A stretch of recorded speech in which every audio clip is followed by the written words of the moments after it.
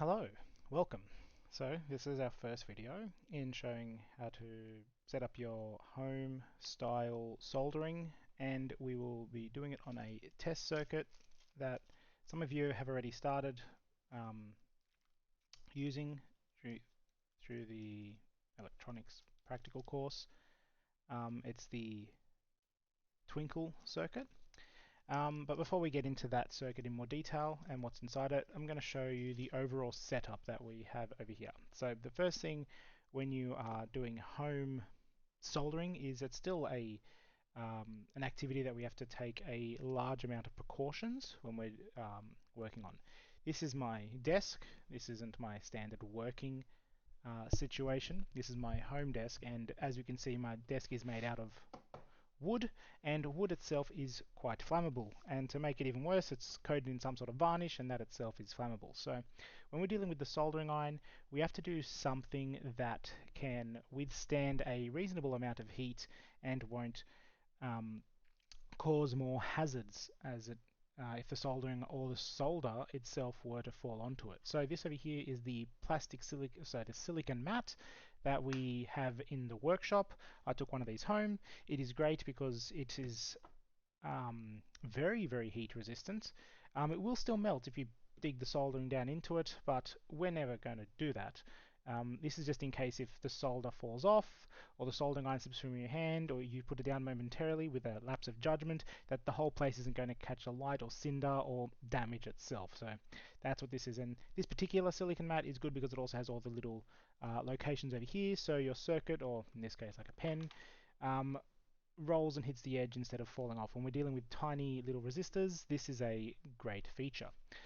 Underneath this, if you do any sort of creative or artwork at home, you might have one of these, which is a cutting mat. So these mats over here are designed so when you're cutting with your scalpels or your scissors or X-Acto knives, instead of cutting and ruining your lovely wooden surface, you cut onto this material over here. Now this itself is a plastic that will melt relatively easily, but it is still slightly better than having it on the standard wood surface, because we'd rather this thing get damaged than our working bench. And this thing, even though it melted, I don't think it's all going to, it takes a lot of temperature for it to like engulf itself in flames.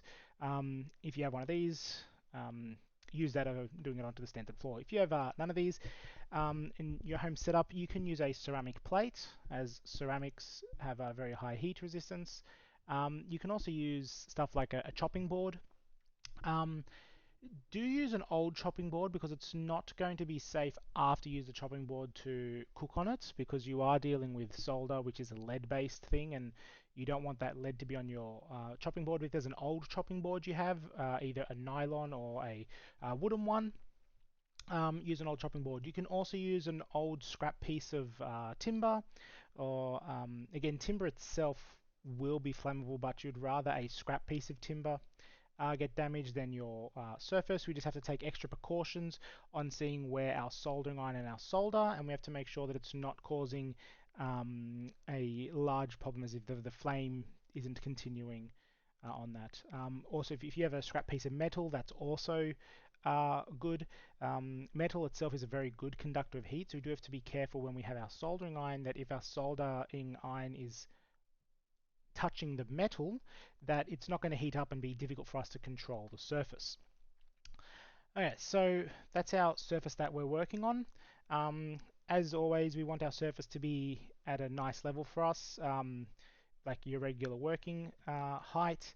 If you're standing or sitting down, whichever one is your standard approach for working your surface, you want to be able to access all areas of your circuit surface easily by your hands.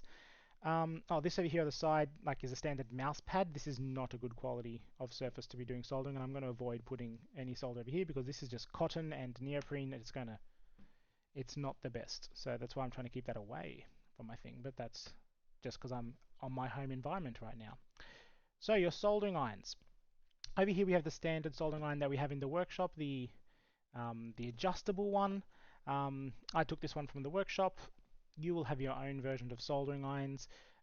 Most of yours won't have any adjustability, they just plug in. That itself is fine. If it's a lower wattage soldering iron, that's also fine. It just means it will take longer for the soldering iron to heat up, but we never use this. Over here is a I believe this is a 60 watt or an 80 watt soldering iron, and we never even use it at its full temperature. Its full temperature range is up to around 450, and we only use it at 350, so we don't actually need the full wattage of our soldering iron, which is fine for you. The more important thing with a soldering iron is here of the soldering iron, and it comes with a dock. Right? When you buy your soldering iron, see if it has a dock involved. Some of them will have like a little metal clip thing that will allow it, so when you have the soldering iron on the floor, it will elevate the soldering iron tip so the tip is not touching the ground. You do not want your soldering iron to be rested like this on a table, because this is where we get those accidents where as soon as like something starts hitting it and it starts going onto the table, and you're going to have issues with that. So we want some sort of dock for the soldering iron. If you do not have one, get yourself another plate or something to rest your soldering up against. Ensure it's not going to allow the soldering iron to easily roll. Other options are you can get like a bulldog clip to hold it and elevate the soldering iron, but you want something with the soldering iron to make sure that the tip itself does not stay in contact with the ground surface. The only thing you want your soldering iron tip to touch is your circuit and your solder. Additionally, if you have some sort of a soldering iron dock, you might have a bed like this one over here has, where it's supposed to have a sponge in it. I don't have access to a sponge, so I just got some paper towels or serviettes and damped it. So this is very water-based right now. Let's see, I have a watermarks. We're going to use this to clean our soldering iron. If you don't have the bed over here, you can get another small plate. Just get a paper towel and dampen it, and you can use that for the thing. So let's talk about the placement of our soldering iron. Now, the setup over here I just did this first to get my camera set up. And this over here is actually not the ideal soldering setup. So over here I have an example circuit that I've already made with my soldering iron hooked up over here. Firstly, I am right-handed. This is my right hand. I'm not sure which way the camera's on YouTube right now. But I have my soldering iron. When I am grabbing my soldering iron, and it's turned off right now. When I'm grabbing my soldering iron, I have to reach over to the side here and then start working on my circuit. So you can already start to see the first problems. This over here is the cable that is attached to my soldering iron. Every time I'm over here reaching across, my cable is potentially in the way of my soldering job. Right? As I do this repetitively, every time it's going to increase the chance that my cable is either going to get away with the cut, or if I have a very delicate cut, moving the cable itself is going to move my circuit around the place. So that's not ideal. Secondly, if I'm holding the circuit with my hand, as I'm bringing the solder over my hand, I'm increasing the risk of the soldering iron touching my hand that is supporting the circuit. So again, that's going to cause burns. Even if you're careful, there is still hot solder on the nose of the soldering iron, and that can potentially drip down. And you don't want that dripping onto your hand, because that's going to cause additional problems. So I have to when I'm doing my soldering, I'm going to rearrange my soldering iron location. If I move my soldering iron up here to the top right, and I then place my soldering iron over here, right, its location is more out of the way, because I can pick up my soldering iron, and then over here I can work, and the cables are all the way over here to the side, so it's not actually going to affect how my cutting is, so how my soldering is. I can do all my soldering fairly safe, and then when I'm done I can move it over here, and the cable is fine. You aren't going to have a mouse and computer like I am over here. That's just the practicalities of me doing this setup. It means that I'm also able to easily see the screen of my soldering iron. Now, talking about seeing, we use our eyes. The other important safety feature we have is safety goggles. Right? I have access to safety goggles. Safety goggles in general will be ideal. If you have them, wear your safety goggles. If you don't have safety goggles, use some sort of other eye protective approach.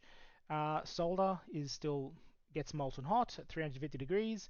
If there's any liquid involved in your circuit, especially since we have this damp pad over here, there's potential to be liquid in our circuit. The solder could explode, as in like it's going to splatter, and that could potentially get into your eyes, and that could cause an issue. So that's the start of our setup over here. I'll continue the next video where I'm going to show us to start doing our stock take to prepare our circuit, and then I will also start to show solder and soldering techniques we can do, just a reminder for that, so we can start doing our circuit and our tutorial.